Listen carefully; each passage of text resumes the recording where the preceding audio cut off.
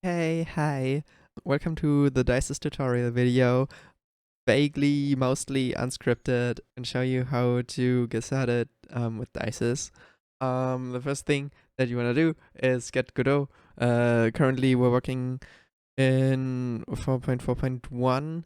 It's critical that you use this version because I know that there's some changes coming in 4.5 that will break parts of DIISIS. Yeah, and any version lower than this, like 4.3, will also just like not have features that I rely on. So 4.4, 4.4.1 is what you wanna get, and then once you have Godot downloaded, you're just gonna like open it and create your new project. Right? We're just gonna name it DIISIS tutorial. Who gives a shit?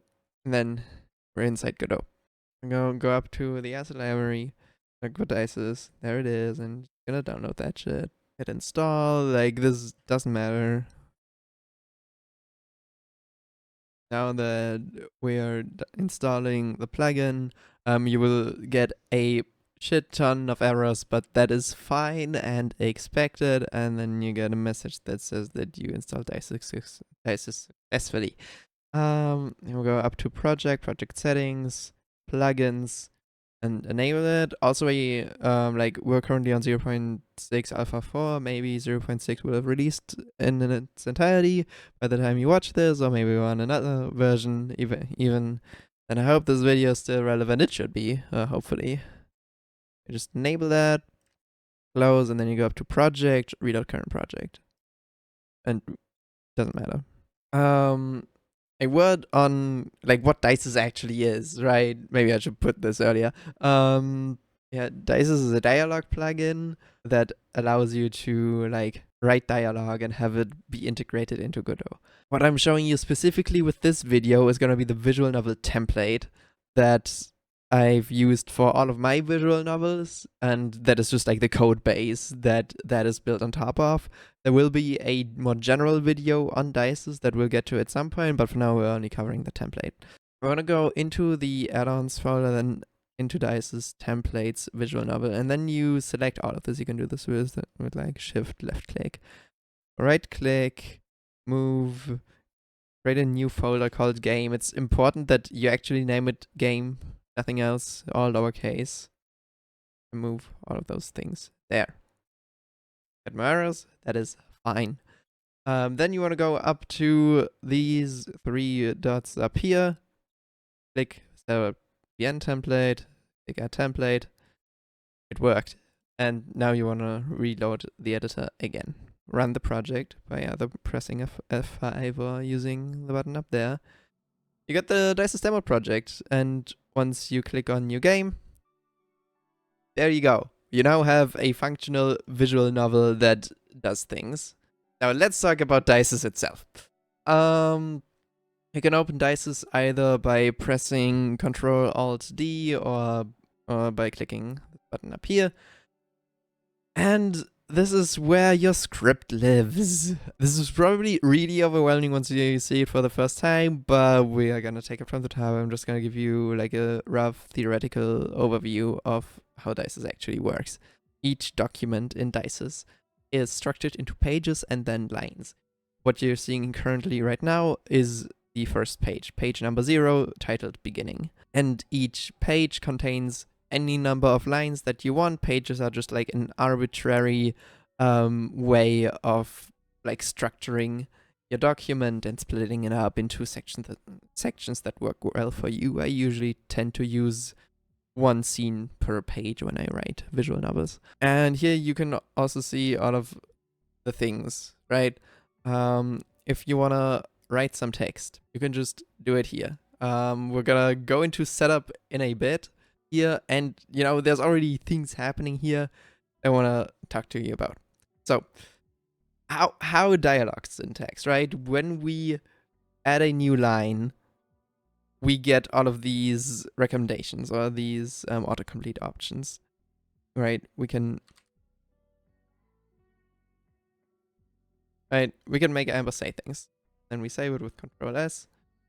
And if you were to go back into DIISIS, start up a new game, and we're here, right? Isn't that great? How do we define Amber? That is where the first menu in this, or second menu actually, in this setup window is concerned, dropdowns. If you're familiar with programming, dropdowns are basically string-based enums. If you don't know what that means, it just means it's kind of like a category, and that category has different options.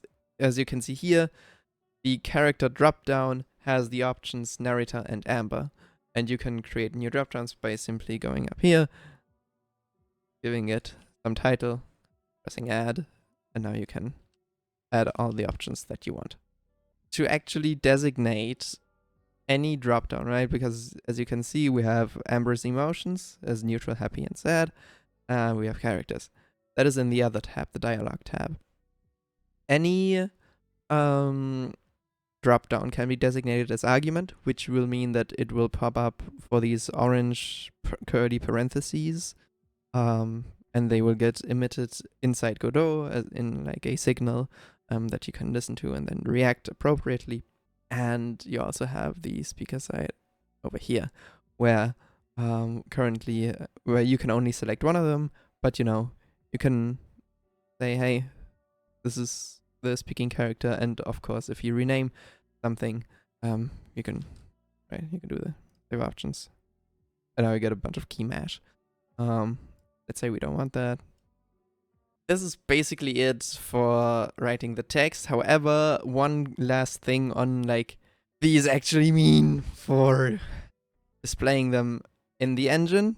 This is where like the actual beating hard, the node that does all the things comes in. If we go into game stage, that is part of the visual novel template. I want to reiterate, this is just, if you want to make visual novels in Godot, this is like the, hey, make a visual novel in 5 minutes guide, I guess, or I'm really rambling, so this is not going to be 5 minutes, but setup is really quick and easy.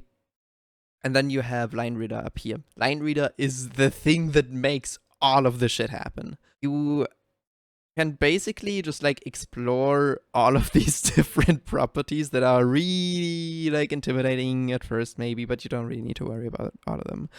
Most critically for our purposes these, we have blank names, which is just an array of names.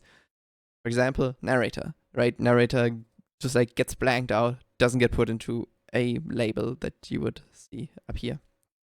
And then you have actor config, where you have a dictionary that holds strings as keys and objects or resources of type line reader actor config as the values. These strings, this amber right here, that is what actually matters for our dialogue. And then if you open this is where you can see all of the different things. This is where Amber gets her capital A and her color from. You can also change all of these by code if you want, but this is advanced stuff that we're not going to talk about today. Now, if we go back into DIISIS, you can see we have a bunch of different functions here, such as set background, set BGM, set background music.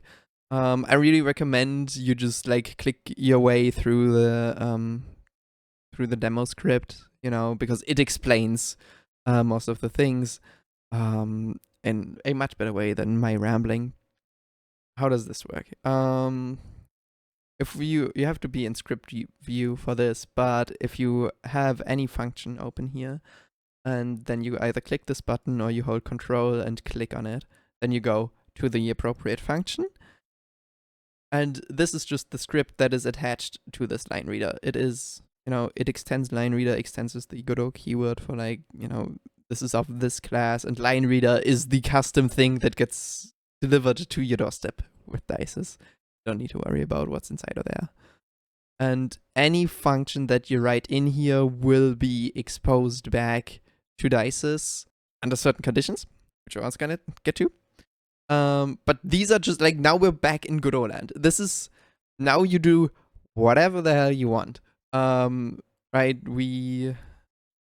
if we go to set background, it just calls a function that sets the background, and that is part of the stage root, and the background lives up here, and it contains nodes.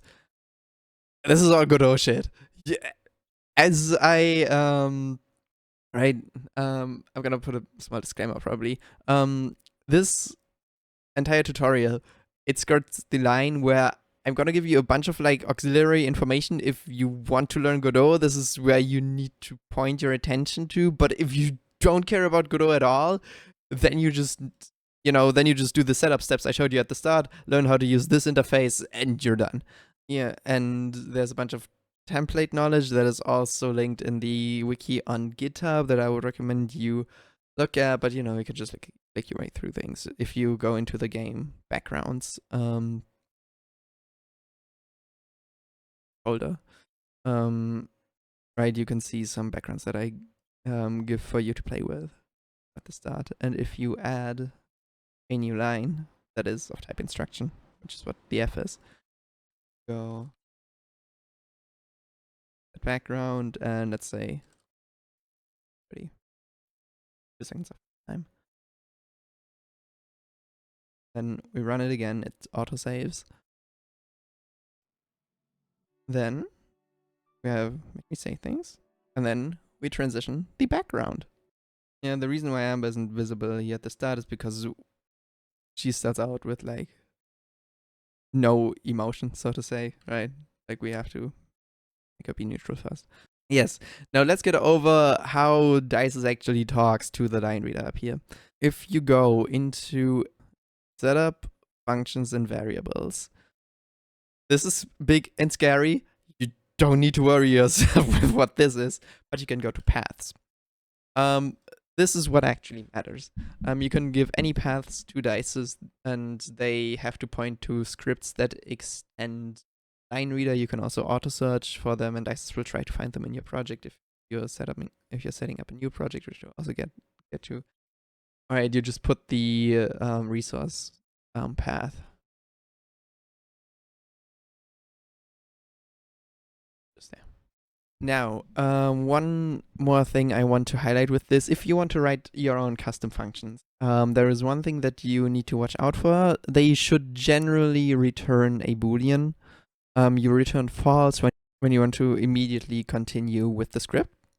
If you were to change this to true, then DIISIS will wait until, right, you change this to true, DIISIS will wait. Take a look at how this looks now. We start a new game, and nothing is happening because we are just setting the background, and then DIISIS is waiting for Godot. What is it waiting for? It is a call of a different function. Right. Let's say we have game world. That background. Let's go into this function. The function, and we pass in a fade time.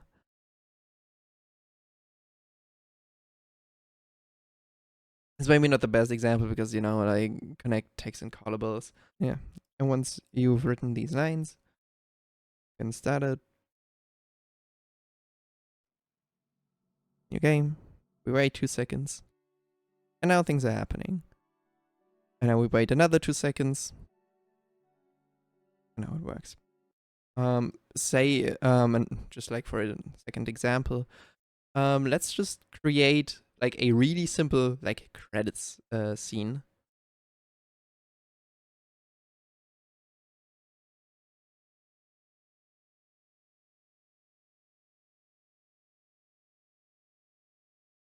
Yeah, this is a really simple thing.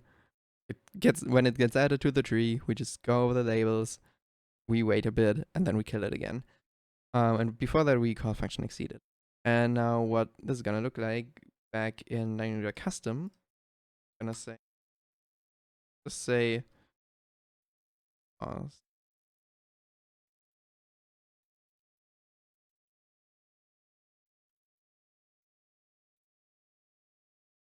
Nice. Say we just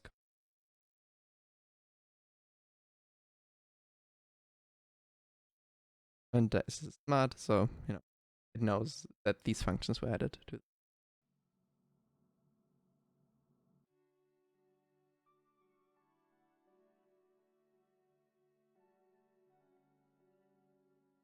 And that's how you can basically do anything to DIISIS, note that these are like, this is all that you need within visual novels. If you want to make a game that isn't a visual novel, you would have to manage your states a bit differently, because DIISIS can also terminate the reading of the script entirely, which is what it does at the end of the document by default.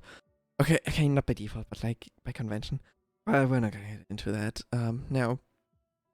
now, the last thing that I want to show you is how you can actually trim down the visual novel template. If you want to make something that is really low in scope, such as my games, such as like Growing Up, right? Where you only have like one screen and then it just kind of ends. You can do that by just going into the stage root. And the first thing that you want to do here is change this from stage main to stage game stage, and now you have unhandled input, where all of the input logic lives basically. And here you can just like rip out whatever wires you want, right? Say you, right? I don't know. Say you don't want to allow rollback, then you just kill that part. If you don't want to have an option screen, then you kill that. If you don't want to allow screenshots, then you do this. I am commenting all this out with Control K, by the way. And that is how you do that, right? If I were to go into the game now, we start with the game screen, and if I press escape, nothing is happening. We get the credits that we just wrote. Whatever. Now, I just want to like add some more random bits of info to DIISIS, I guess. That I probably also forgot to mention.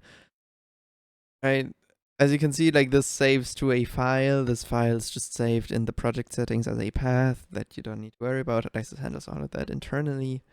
If you, oh yeah, maybe a thing on how I write dialogue, like in general. If you go up to utility ingestion actors, you get this window, and these are formatted in a way where you get, right, you set up a key, so to say, then you have a space, and then the actual name that you want to write. Is you just like, that is how I genuinely write. That is how I make my visual novels. I don't really write that many scenes actively in DIISIS. I just write them in like random text editors, or send them to myself on like Telegram, or have random notes in Obsidian, and then just mangle them in here.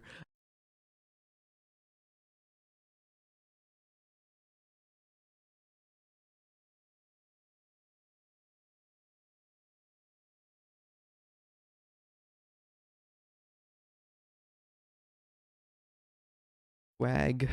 And then you go up here in text actions, you go to ingest line from clipboard. And now it works. Okay, I lied. It doesn't work on this version. Yeah, okay, yeah. I was, okay, yeah. It's development stuff that is coming in. Whatever the next version is, you need to put colons. Sorry.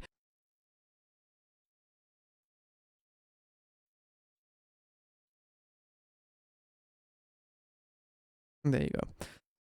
As you can see, there's also a bunch of other options, like you can capitalize things, you can fix punctuation, which adds like periods, and also does some other things that you can look at in the punctuation and replacement rules up in the editor settings, where, you know, you can also like replace some common symbols however you want. You can append periods, you can fix some apostrophes, like you say you've, and then you fix punctuation. No, it's you've with a period at the end. And that is just like generally how you go about writing in DIISIS. If I want to have another character, go up to drop downs.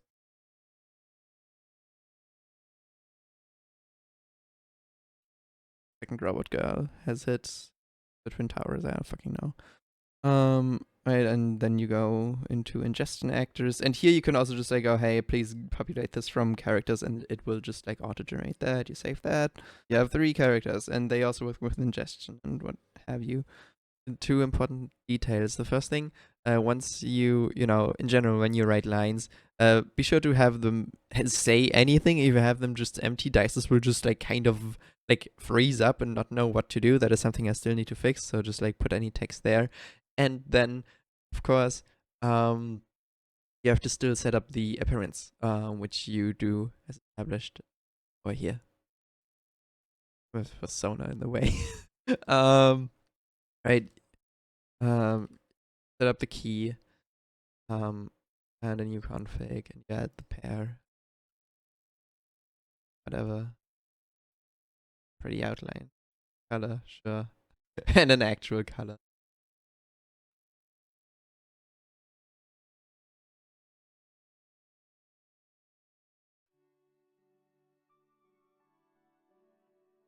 And now it works.